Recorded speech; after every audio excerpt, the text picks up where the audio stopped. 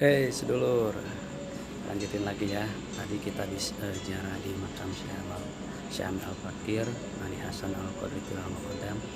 Sekarang akan lanjut ke ruang tasbih, di mana ruang tasbih itu yang sudah saya ceritakan dari video awal, begitu gelap, begitu sempit, itu menggambarkan pintar kita di alam kubur yang gelap dan sempit. Itulah yang harus kita telah ya. Ini kita nih bersama Kang Budi. Gimana nih Kang Budi, perasaannya nih, deg-degan nggak mau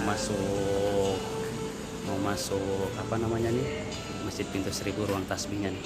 Yang pertama sih yang saya rasain ya pertama deg-degan, terus penasaran, yaitu takut nanti kehilangan jejak. Kalau takutnya Nyasar gitu. nyasar 1000 pintu. Apalagi tadi kita pertama kalinya kehilangan jejak sama rombongan, makanya kita masih menunggu. Ya emang kebetulan ya nih sedulur, untuk apa namanya, ruang tasbih itu ke dalam dan tadi kita itu bergantian ya, masuknya itu bergantian. Dan sekarang kita lagi menunggu dulu untuk saat tadi rombongan yang dari Ciledug sekitar ada 5 orang, dan ntar begitu mereka keluar baru kita nih berdua masuk, jadi bergantian. Pokoknya mah yang belum pernah kesini silakan datang ziarah ke sini, pokoknya mah Mantap ya. Iya, pokoknya sedulur-sedulur semua nih, khususnya yang berada di kota Tangerang ya, kota Tangerang, dekat kok, nggak jauh. bila mana istilahnya mau mencari ketenangan hati gitu kan, sibuk kerja, biasanya tuh sibuk kerja atau sibuk mencari harta istilahnya ya, ketika pengen liburan tapi dengan hati yang tenang, bisa menjadi rekomen ya ini Masjid Pintu Seribu yang istilahnya sangat luar biasa, yang menggambarkan seseorang itu tidak boleh menilai dari luarnya aja, harus berdasarkan dari dalamnya juga, karena yaitu ini Masjid Pintu Seribu nih terlihat kumuh kan, terlihat kumuh, tapi dalamnya tadi sungguh sangat luar biasa, bersih sekali, sangat bikin nyaman, bikin hati tidak tenang. Karena dulu pertama kali nih kesini itu niatnya cuma berkunjung doang, istilahnya ya ziarah sehari aja ya. Tiba-tiba karena betah, saking nyamannya, saking tenangnya, itu sampai menginap 3 hari 3 malam di sini tuh. Itu pertama saya datang ke sini ya. Dan ini yang keduanya dibarengin sama Kang Budi dari Gondrong. Oke. Cuma setengah jam dari Gondrong. Jadi ini Kang Budi ini pengalaman pertama ya, pertama ziarah. Oh, alhamdulillah ya. Alhamdulillah tidak ada kesulit di jalan. Alhamdulillah karena niat dari kemarin diajak, karena niat akhirnya sampai juga ke sini. Alhamdulillah nggak ada rintangan yang terhalang di jalan, nyampe juga ke sini. Yang penting niat, kalau nggak niat nggak bakal nyampe. Itu niat dulu, kalau udah niat pasti nyampe.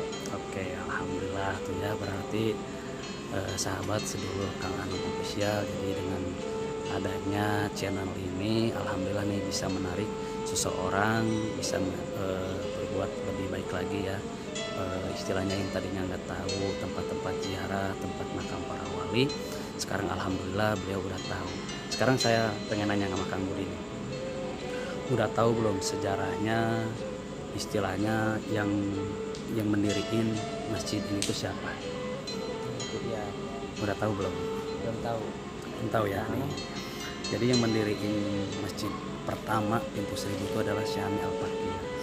Dan semasa hidupnya beliau itu orang yang sangat berilmu, berkaromah gitu. Ini yang saya sebutkan intinya yang salah satunya ya, dari beberapa, bukannya salah satu tapi dari beberapa karomahnya beliau semasa hidupnya. Beliau itu orangnya yang begitu sangat sederhana sekali. Beliau kalau istilahnya sehari-hari di sini itu di kampung Bayurin itu, beliau cuma pakai kaos sangsang ya, sanlet gitu ya, kaos biasa dan pakai sarung. Itu keseharian, singlet sanlet buat nyuci. Wah, ini naluri stewardnya keluar, dulu beliau steward ya, nalurinya keluar. Nah jadi gitu ya, dulu tuh beliau itu istilahnya sangat sederhana, sangat simpel ya. tapi orangnya berilmu. Dan selagi pembangunan Masjid Pintu Seribu ini tuh, saya ngobrol sama salah satu punten yang ada di sini ya. Jadi didirikan Masjid Pintu Seribu ini tuh beliau sambil hujan-hujanan, Bu. Meskipun hujan, ini pembangunan Masjid Pintu Seribu itu tetap berjalan. Iya, nggak ada berhentinya lah istilahnya. Mau hujan mau panas itu terus dia kerjain. Dan pas lagi dia mengerjakan itu, ada beberapa tamu, karena beliau itu adalah ahli hikmah pengobatan. Dan ada tamu istilahnya yang dari mana, istilahnya dia itu datang ke beliau, ke Syekh Ami Al-Fakir. Nah pas dia minta doa gitu kan, istilahnya ada hajatnya sesuatu, Syekh Ami Al-Fakir karena lagi nembok, tahu kan lagi nembok tuh, tangannya otomatis kan lagi kotor tuh. Dia nyuruh, ya udah ambilkan air ke gelas gitu kan. Begitu diambilin gitu kan air, itu tangan yang kotor yang penuh dengan pasir, semen gitu, itu dimasukkan ke air. Itu langsung dimasukkan ke air dan disuruh minum langsung kepada yang tamu tersebut itu. Dan berdasarkan cerita, alhamdulillah katanya hajatnya itu dikabul. Masya Allah ya kan. Itu istilahnya karomahnya beliau sewaktu masih ada. Dan karomah beliau yang kedua itu adalah bisa membelah diri. Salah satu ceritanya begini. Jadi di hari Jumat itu kan kita Jumatan. Dan di lingkungan sini tuh istilahnya ada beberapa masjid gitu kan, banyak lah daerah sini itu dalam banyak itu masjidnya. Dan di hari yang sama, di jam yang sama, di menit yang sama, dan di detik yang sama, beliau ada di 3 masjid berbarengan. Itu lagi berceramah, lagi berkhutbah di 3 masjid sekaligus. Bayangin, di hari Jumat itu dia menjadi penceramah atau membawakan khutbahnya itu di dalam 3 masjid berbarengan di hari itu juga. Karena gini, beliau bisa ketahuannya itu ketika ada salah satu warga di sini yang jamaah di sini ya, jamaah. Contohnya di masjid A, beliau menceritakan, saya tadi di masjid A itu imamnya Syekh Ami Al-Fakir. Si B nyaut nih, wah masa iya di masjid B tadi saya khutbahnya saya Ami Al-Fakir juga. Dan yang ketiga si C, dan sama juga beliau juga, lah tadi sama di masjid C juga Syekh Ami Al-Fakir lagi khutbah. Nah Bisa jadi terpisah ya. dia bisa membelah diri, makanya dia dijulukin Al-Muqaddam. Syekh Ami Al-Fakir Mahdi Hasan Al-Qadratillah Al-Muqaddam. Disitulah Al-Muqaddam itu dia karena dia bisa membelah diri. Masya Allah. Dan kita alhamdulillah nih malam ini bisa berziarah ke makamnya beliau dan tempat di mana beliau dulu berzikir pengen membangun masjid dengan keadaan ekonomi yang enggak ada. Itu cerita awalnya. Jadi dia itu orang yang sangat istilahnya nggak punya, tapi dia punya cita-cita pengen membangun masjid yang gede dengan pintu yang 1000. Dan akhirnya dia zikir sampai 40 hari 40 malam karena pengen membangun masjid. Dan alhamdulillah sekarang udah terwujud. Dan bahkan bukan di Tangerang aja ya, itu di Banten ada, di Bogor ada, di Sukabumi ada. Masya Allah. Ini yang di Tangerang itu adalah Masjid Pintu 1000 yang pertama. Dia berdiri tahun berapa kan, Bang? Berdiri itu di tahun 76. Sudah berapa tahun? 40 tahun gitu ya? Iya, kurang lebih lah ya. 40 tahun. Alhamdulillah. Oke sedulur, begitu ya penjelasannya. Kita lagi menunggu nih untuk masuk. Tadi kita menunggu sambil berbincang gitu ya, mengisi. Kita akan langsung nih menuju ke ruang tasbih, minta doanya untuk seluruh semua ya, semoga lancar gitu kan. tidak kendala. Dan saya juga doakan untuk seluruh semua sahabat Kang Anom Official sehat selalu, jembar rezekinya, panjang umur, dihindarkan dari wabah ya yang sekarang lagi melanda, dihindarkan dari wabah corona. Oke, sedulur, kita akan masuk ke ruang tasbih.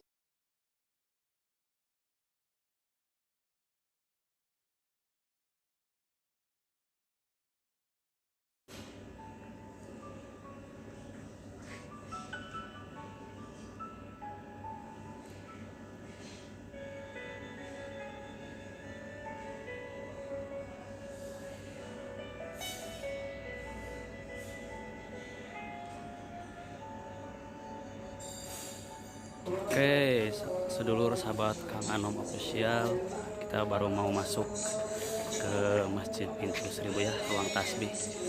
Minta doanya nih. Bismillahirrahmanirrahim.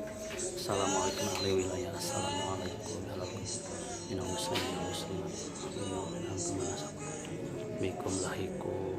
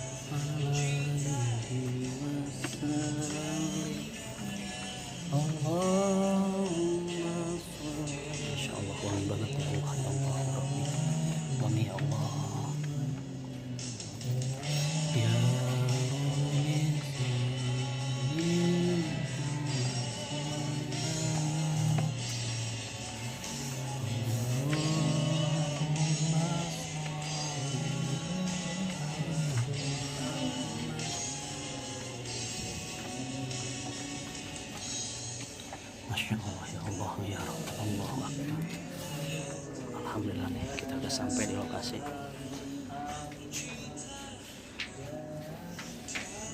Oke sedulur, kita akan lanjutkan zikir dulu ya.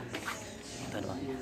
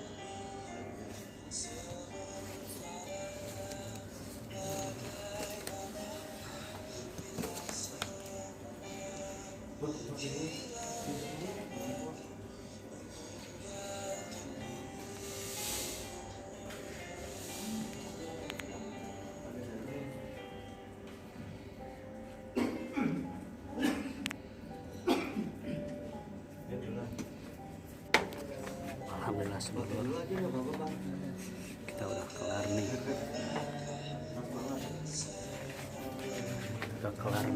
Alhamdulillah ya. Masya Allah, subhanallah, mengerikan. Kita bertawasul dalam keadaan gelap gulita ya, seolah-olah kita berada di dalam kubur. Segala kehidupan dalam kubur terasa sedikit tergambarkan. Dan ingat itu adalah ingat kita kembali, ingat dosa-dosa dosa kita semasa hidup ya, dosa kita kepada orang tua, kepada sahabat, kepada teman, sama saudara-saudara kita. Disitulah kita ingat semua. Alhamdulillahirobbilalamin. Rabbi sholli alaihi wasallim. Allahumma sholli. Masya Allah, di sini suhu ruangannya ada yang panas, ada yang dingin, dan ada yang wangi juga. Masya Allah. Allahumma sholli. Lihat tuh, ini nggak bisa berdiri total dia. Tuh, menunduk. Karena ya itulah siang gelap. Alhamdulillahirobbilalamin.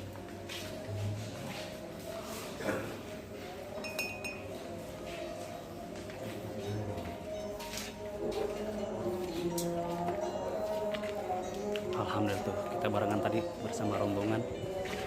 Kelar ya.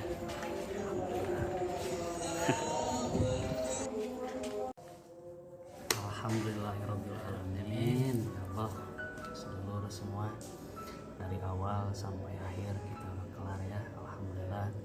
Terakhir kita barusan di Masjid Pintu Seribunya di tempat ruangan tasbih. Alhamdulillah kita barengan tadi sama rombongan yang dari luar ya, nggak tahu dari mana, kita ketemu pas lagi ngantri aja gitu. Saya sama teman saya langsung barengan ikut, dan masya Allah luar biasa kan. Kita bisa lihat gimana gelapnya itu ruangan, menggambarkan kita itu seolah berada di alam kubur ya. Dan kita langsung tanya aja nih Kang Budi, masalah pengalamannya tadi gimana Kang Budi? Sejarah apa namanya, pas lagi mau masuk gitu kan, begitu dikasih ruangannya itu digelapin, karena digelapin ya, kita tanpa cahaya loh, lagi tawasulnya itu tanpa cahaya. Gimana pengalamannya? Itu aja kita gelap kayak gitu masih bisa diraba ya, apalagi nanti di dalam kubur. Dalam kubur itu sempit pasti, itu aja kita masih bisa ngeraba, masih bisa ngerasakan. Cuman nggak bisa memandang ke depan, gelap seperti di dalam kubur lah. Pokoknya Rasa takut ada tuh? Rasa takut pasti ada ya, ada pasti, itu semua manusia pasti takut, apalagi di dalam kubur nanti. Apalagi tadi banyak yang ini yang menangis juga ya, Ada sampai menangis, sampai kena ke hati ya. Sampai ada sekitar 4 orang lah yang menangis. Di dalam. Itu ada yang bapak-bapak ya, ibu-ibu, yang ada gadis anak-anak juga, ikut. anak-anak juga kan ikut tuh. Itu masya Allah ya, sampai menangis. Sekeluarga didatang. Ya, sekeluarga dia datang. Masya Allah. Terima kasih Kang Bud udah mengikuti perjalanan kita dari awal sampai akhir nih, sampai kelar. Alhamdulillah saya ziarah malam ini ditemani Kang Bud. Alhamdulillah dia bisa hadir ya. Alhamdulillah tadi kita menyium aroma ya. Nah, masya Allah, di dalam ada beberapa kali kita cium. Iya, dia mengeluarkan wangi ya di lorong ya. ya. Nah, itulah salah satunya keajaiban ya aromanya. Kita bisa merasakan wanginya. Kita udah masya Allah ya, enak banget kan wanginya. Nah, itu. Oke sedulur semua, untuk yang belum pernah kesini ke Masjid Pintu Seribu, coba aja ya di Google dilihat, atau di Google Map dilihat, siapa tahu dekat ataupun jauh juga silakan coba. Untuk istilahnya gini loh, kita bekerja sehari-hari, berminggu-minggu, berbulan-bulan gitu kan. Nah inilah tempat yang tepat untuk menenangkan diri, untuk mencari ketenangan tuh nggak usah ibaratnya ke mall, ibaratnya ke puncak, ke tempat-tempat wisata yang gitu ya. Coba lain kali di waktu-waktu yang istilahnya luang, coba berwisata itu ke tempat-tempat yang berkaromah gitu, tempat para wali ya. Dan kita cari ketenangan hati kita itu di mana gitu. Karena ini udah salah satu gambaran dalam kehidupan kita. Dan kita ketika datang ke makamnya para wali itu setidaknya mengasah kebatinan kita juga ya. Oke sedulur, makasih banyak. Jangan lupa dukung dengan cara subscribe, share, dan like-nya. Oke, sedulur. Assalamualaikum warahmatullahi wabarakatuh.